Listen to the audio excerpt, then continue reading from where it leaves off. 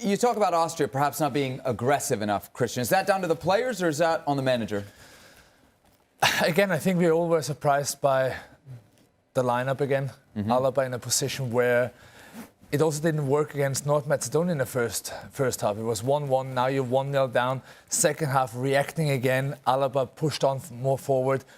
It happened then that there was more creative up front. He had a great shot, and that's what's missing in this first half. And that was the biggest surprise to me.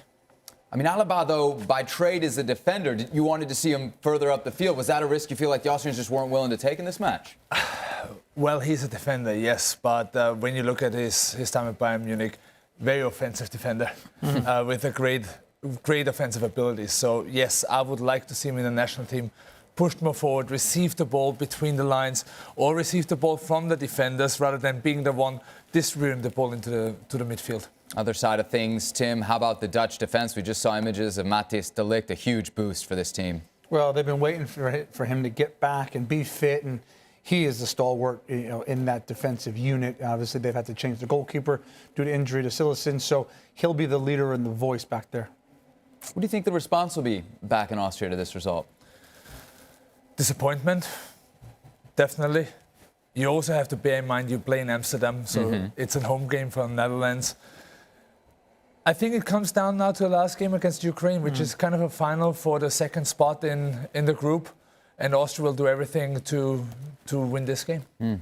What's the ceiling here for the Dutch? They certainly improved after that first match. Well, they've improved. They show that they can create chances. Today, there was better defensively in terms of being resolute and seeing out the result. I like the fact that they're through now. They can rest players against North Macedonia, get people healthy for the knockout stages, and come back. Look, Dumfries has been fantastic today again, and Wijnaldum and Depay gets on the score sheet. They look a real threat. It was a team that was under a lot of pressure before the tournament, and even after their opening win against Ukraine, where they blew a 2-goal lead, there was more pressure on Frank de Boer. Are the questions answered now? I think they are. Nevertheless, they left a lot of chances wasted. But the thing was, they started strong, they finished the first half strong, and they finished the whole game strong, having the 2-0.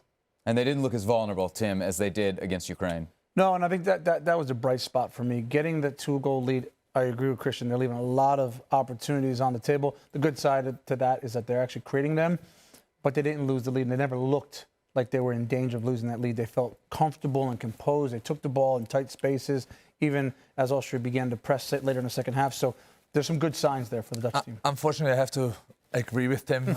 But the problem was also that Austria never really tried to be a threat, and they always played in front of the Netherlands defense, never really threatened with balls to turn the back three, back four, and this is not how you win games. Thanks so much for watching ESPN on YouTube. And for more sports highlights and analysis, be sure to download the ESPN app. And for premium content and live streaming, subscribe to ESPN+.